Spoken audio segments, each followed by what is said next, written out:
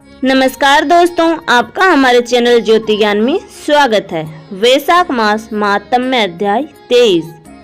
श्रुतदेव जी ने कहा, हे राजेंद्र, वैशाख मास की सब पुराय तिथियों में शुक्ल पक्ष की द्वादशी सब पापों का नाश करने वाली है। जिन्होंने द्वादशी की सेवा न किया, उनके दान, तप, उपवास, व्रत, इष्ट मूर्तियों से क्या लाभ। वैशाख मास की द्वादशी के दिन गंगा जी के तट पर जो एक गोदान देता है, उसको 1000 गोदान का फल होता है। दुर्भिक्ष के समय प्रतिदिन करोड़ को भोजन कराने का फल द्वादशी के दिन एक को ही भोजन कराने से प्राप्त हो जाता है। शुक्ल पक्ष की द्वादशी के दिन जो मुट्ठी भर अन्न दान करता है, उसको करोड़ ब्राह्मणों को भोजन कराने का फल होता है। जो द्वादशी के दिन मधु के सहित तिल पात्र दान देता है, वह सब बंधुओं से विमुक्त होकर विष्णु लोक को प्राप्त होता है। शुक्ल पक्ष की एकादशी के दिन जो हरि भगवान का जागरण करता है, उससे सब देवता प्रसन्न होते हैं और जीता हुआ भी मुक्त हो जाता है। करोड़ों सूर्य ग्रहण में तीर्थ में स्नान करने का जो फल होता है, वह फल हरि भगवान के एक दिन प्रातःकाल स्नान करने से हो जाता है। जो द्वादशी के दिन तुलसी की कोमल पत्तियों से विष्णु भगवान की पूजा करता है, वह 7 कुलों का उद्धार करके विष्णु लोक को प्राप्त करता है। वैशाख मास द्वादशी के दिन जो बछुआ सहित गाय दान देता है, वह करोड़ कुल का उद्धार करके विष्णु लोक का स्वामी होता है। जो वैशाख मास के शुक्ल पक्ष की द्वादशी के दिन विष्णु भगवान को उद्देश्य करके यम, पितृ, गुरु तथा देवताओं को दक्षिणा सहित जल भरा घड़ा, दही तथा अन्न देता है, उस पुराय का फल सुनो। प्रयाग में प्रतिदिन करोड़ को भोजन कराते हैं तथा 1 वर्ष तक सुंदर षट्रस अन्नों का भोजन कराने से जो पुराय होता है, वह फल मधुसूदन भगवान की आज्ञा से उसको मिलता है। वैशाख मास की शुक्ल पक्ष की द्वादशी के दिन शालिग्राम शिला को दान करता है, वह सब पापों से मुक्त होता है। सूर्य ग्रहण से गंगा के तट पर जो 7 दीप द्वारा पृथ्वी दान देता है, उसको भी करोड़ गुना फल इसके बराबर होता है। द्वादशी के दिन जो मधुसूदन भगवान को दूध से स्नान कराता है, उसको राजसूय तथा अश्वमेघ का फल होता है। वही फल गंगा जी में मिलता है, इसमें कोई संदेह नहीं है। त्रयोदशी के दिन जो विष्णु भगवान को दूध, दही मिश्रित तथा शक्कर और मधु से मधुसूदन भगवान की प्रीति के लिए जो विष्णु भगवान को भक्ति पूर्वक पंचामृत से स्नान कराता है, वह सब कुलों का उद्धार करके विष्णु लोक को जाता है। हरि भगवान की प्रीति के लिए इस तिथि को सायंकाल के समय शरबत पिलाता है। उसके पुराने पाप सर्प के पुरानी केंचुलों की तरह अलग हो जाते हैं। जो संध्या के समय रस भरी ककड़ी दान देता है, वह ककड़ी के समान रसायन से युक्त हो जाता है। जो ऊख, आम तथा मुनक्का दान देता है, उसके 100 पीढ़ी तक संतति का नाश नहीं होता। जो द्वादशी के दिन संध्या को गंध और लेप दान करता है, वह निसंदेह सब बाहरी घावों से मुक्त हो जाता है। हे राजेंद्र, द्वादशी के दिन जो कुछ थोड़ा भी बुराई करता है, वैशाख मास के शुक्ल पक्ष में उसका अक्षय फल होता है। हे राजन, इसकी प्रसिद्धि किससे हुई, सो मैं कहता हूँ। इससे सुनने से सब पापों का नाश होता है तथा यह सब कल्याणों को देने वाली होती है। प्राचीन समय में कश्मीर देश में देवव्रत नाम का एक ब्राह्मण था। उसकी मालिनी नाम की पाप रूपी कन्या थी। उस कन्या को उसने सत्यशील नाम के बुद्धिमान श्रेष्ठ ब्राह्मण से ब्याह दिया। वह बुद्धिमान उसको लेकर अपने यवन नाम के देश में गया। रूप तथा यौवन से युक्त वह उसकी प्रिय न हुई। उस स्त्री का पति वह राजा सर्वदा उससे द्वेष करता था और निष्ठुर रहता था तथा दूसरे किसी से द्वेष नहीं करता था। हे राजन, उस पति पर क्रोध करके वशीकरण की लालसा से उस पत्नी ने उन स्त्रियों से पूछा जिनको उसने त्याग दिया था। हे भूप, उन स्त्रियों ने कहा कि तेरा पति वश में हो जाएगा। पति के त्याग के अपमान से हम लोगों को यह निश्चय है। हम लोगों ने अपनी पतियों को औषधि देकर वश में किया है। तू आज योगिनी के पास जा, वह तुझे औषधि देगी। तेरा पति दास के समान हो जाएगा, तू शंका मत कर।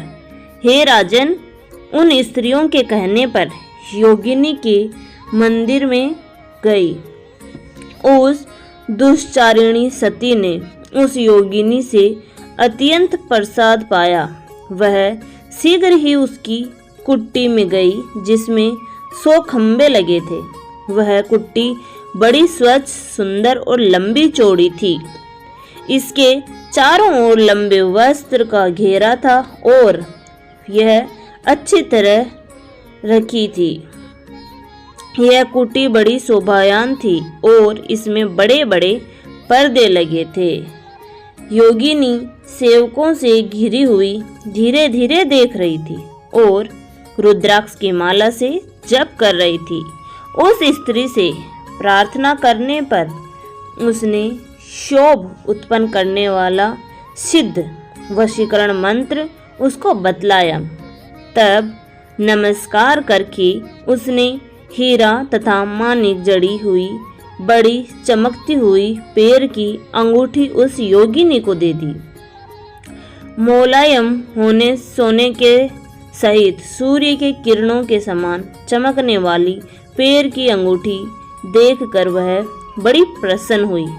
उसके पति के अपमान को हृदय से जानकर, हे राजन, उस तापसी ने उसके हित की बातों को कहा।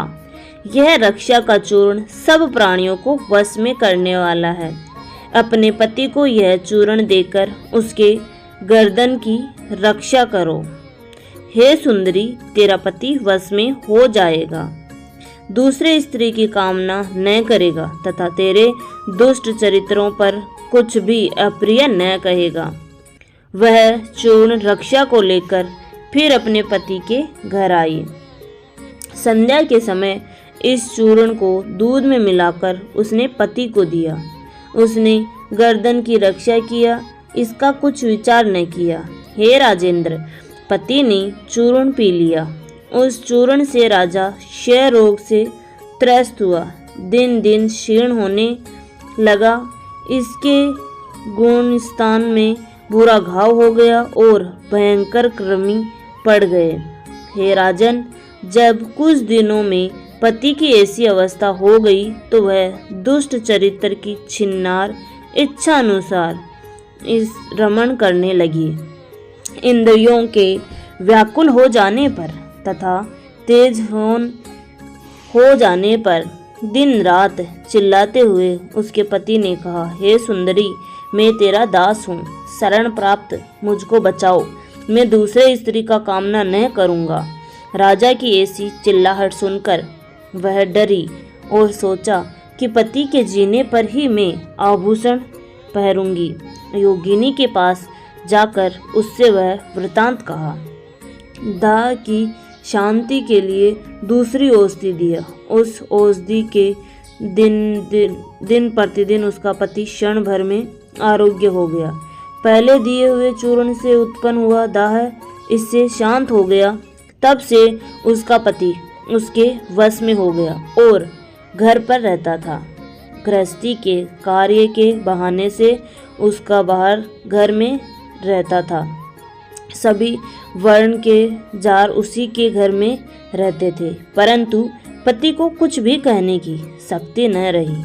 तब इसी दोष से उसके संपूर्ण शरीर में कालांतक यम के समान हड्डियों को भेदने वाली कीड़े व्याप्त हो गए और उन्होंने उसकी नाक, जीभ तथा दोनों कानों को छेद डाला। दोनों स्तन और उंगलियां पंगु हो गई। इससे मरकर नरक में जाकर यातना भोगने लगी और 500 युगों तक वह तांबे के पात्र में जलती रही और बारंबार वह 100 बार कुत्ते की योनि में उत्पन्न हुई। छोटे छोटे तिनकों के अनेक टुकड़े करके इसको खाती हुई, बिना आहार के अपने कर्म पर रोती हुई, कान कटी, नाक कटी, सिर में निरंतर कीड़े पड़े, पौंछ कटी, पांव टूटे तथा घर घर पीटी जाती थी। बाद में 100 बार शिविर देश में पद्मंदु नामक ब्राह्मण की दासी के घर अति दुख के व्याकुल कुतिया हुई। नाक कटी, पौंछ कटी, जांग टूटी, सिर में कीड़े पड़े तथा योनि में भी नित्य कीड़े रहते थे। हे राजन, इस प्रकार से उस जन्म से उसके 30 वर्ष तक बीते। देवयोग से कर्म के फल पूरे होने पर वैशाख मास में सूर्य के मेष राशि में जाने पर शुक्ल पक्ष की द्वादशी को पद्मबंधु का पुत्र नदी में स्नान करके पवित्र होके गीले वस्त्र से घर जाता था। तुलसी की चारों ओर परिक्रमा करता चौरा पाकर उसने अपने पैर धोए। इस चौरा के नीचे के भाग में वह कुतिया सो रही थी। सूर्य उगने से पहले वेला में वह पैर के जल से नहा गई। तुरंत उसके पाप नष्ट हो गए और उसी क्षण उसको अपनी जाति याद आई। उस कुतिया ने अपने पूर्व कर्मों को याद करके दीनता से चिल्लाने लगी और बारंबार हे मुनि मुझे बचाओ ऐसा चिल्लाने लगी और भय से व्याकुल होकर उसने याद करके मुनिवर को अपना कर्म सुनाया तथा अपना दूर चरित्र और पति को विष देना कहा। हे ब्राह्मण, जो कोई धर्म भ्रष्ट दुराचारी युवती पति को वश में करेगी वह तांबे के पात्र में पकेगी। पति नाथ है, पति उत्तम देवता है, उनकी बुराई करके स्त्री कैसे सुख पा सकती है। पति को कष्ट देने वाली स्त्री 100 योनि जानवरों की और 100 करोड़ कीड़ों की योनि पाती है। इसीलिए हे ब्राह्मण, स्त्रियों को सर्वदा पति की आज्ञा अनुसार करना चाहिए। हे ब्राह्मण, आज आपके दृष्टि के सामने मैं खड़ी हूँ। यदि आप उद्धार न करेंगे तो मैं फिर घृणित यातना पाऊंगी। इसीलिए हे ब्राह्मण, वैशाख मास के शुक्ल पक्ष में पुराय दान देकर मुझ दुराचारी पापचारिणी का उद्धार कीजिए। हे ब्राह्मण, एक पुराय वंदिनी द्वादशी के दिन स्नान, दान, अन्न, भोजन इत्यादि से जो पुराय आपने किया है वह मुझे दीजिए। हे ब्राह्मण, मुझ दुराचारिणी को उसी से मुक्ति होगी। हे भूसुर, इस तिथि को जो मनुष्य घर में भी स्नान करता है वह सब तीर्थों का फल पाता है, इसमें कोई संदेह नहीं है। जो कुछ तप, जप, आहुति, दान, देव पूजन इत्यादि द्वादशी के दिन किया जाता है उसका अक्षय फल जानना चाहिए। इस प्रकार के संपूर्ण फल को आप मुझे दीजिए।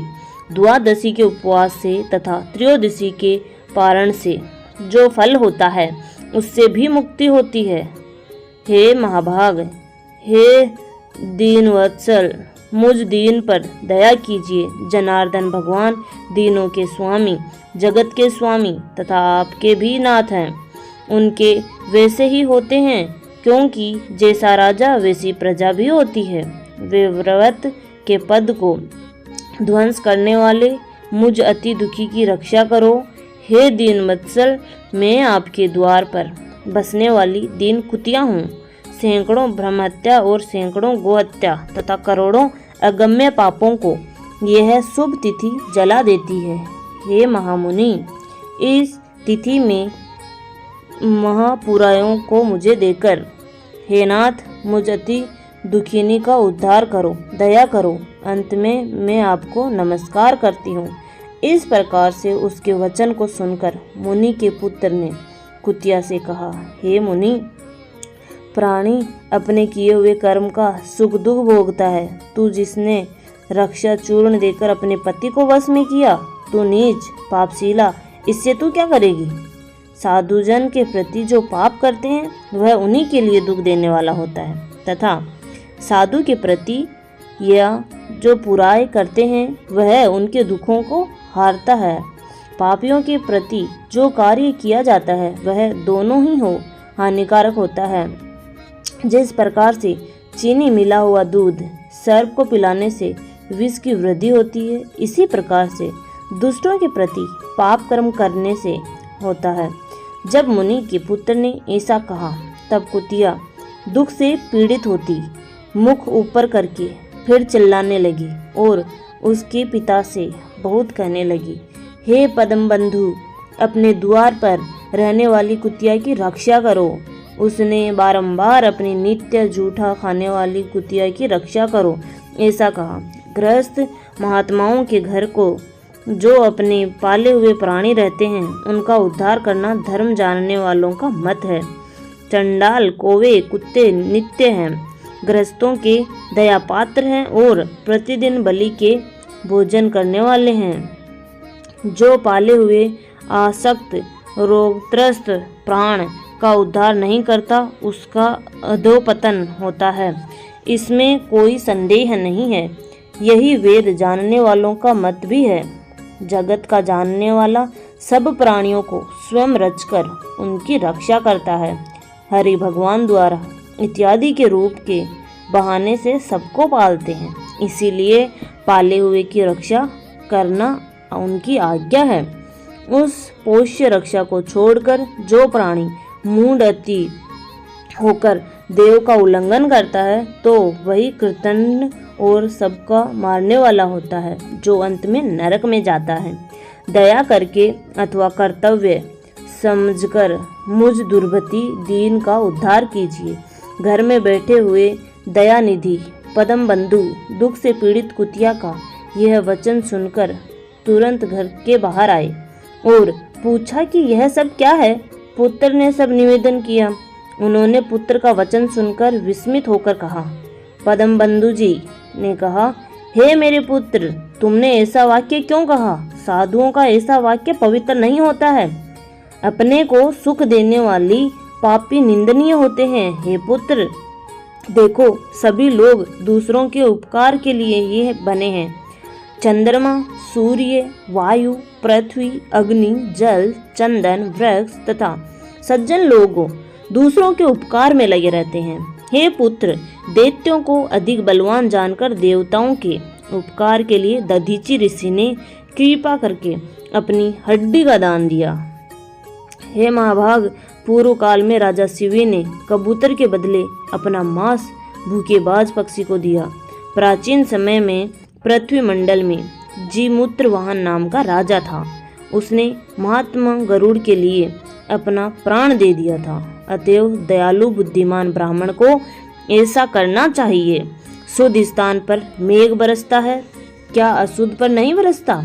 क्या चंद्रमा का चंडालों के घर में सर्वदा प्रकाश नहीं होता है? इसीलिए बारंबार याचना करती हुई इस कुतिया का मैं दलदल में फांसी गाय की तरह अपने पुराणों से इसका उद्धार करूंगा। इस प्रकार से पुत्र का निरादर करके उस महापति ने प्रतिज्ञा किया। उसको उन्होंने द्वादशी तिथि से उत्पन्न महापुराय दिया और कहा, हे कुतिया, पापों से निर्वृत्त होकर तू हरि भगवान के धाम को जा। हे राजन, उस वाक्य से जीर्ण देह को त्याग कर शुभ दिव्य रूप धारण करके दिव्य आभूषणों से एकाएक वशीभूत होकर सो सूर्य की प्रभा पाकर सावित्री के समान रूप धारण कर उस ब्राह्मण की आज्ञा पाकर दसों दिशा को देदीप्यमान करती हुई चली गई। स्वर्ग में बड़े बड़े भोगों को भोगकर पृथ्वी पर नर और नारायण की कृपा से उर्वशी नाम से उत्पन्न हुई। यह सुंदर स्त्री वैशाख शुक्ला द्वादशी के प्रभाव से देवताओं को प्रिय हुई और अप्सरा बन गई। इस कुतिया ने उस रूप को प्राप्त किया जिसको लोग प्राप्त करते हैं, योगी लोग प्राप्त करते हैं, जो रूप अग्नि के प्रकाश के समान परम श्रेष्ठ है, जिसको पाकर संत लोग भी मुक्त हो जाते हैं। बाद में मधुसूदन भगवान की प्राण प्यारी पुराई को बढ़ाने वाली स्थिति को पद्म बंधु ने संसार में प्रसिद्ध किया। करोड़ों चंद्र और ग्रहण से भी अधिक पुराई रूप संपूर्ण पुरायों को देने वाली सब यज्ञों से अधिक पूजनीय स्थिति को ब्राह्मणों ने तीनों लोकों में प्रसिद्ध किया। धन्यवाद दोस्तों, आशा करती हूँ आपको ये जानकारी पसंद आई होगी। ऐसी ही जानकारी प्राप्त करने के लिए आप हमारे चैनल को लाइक, शेयर एंड सब्सक्राइब करें। प्लीज़ हमारा वॉच टाइम कंप्लीट करवा दीजिए दोस्तों, प्लीज़। धन्यवाद।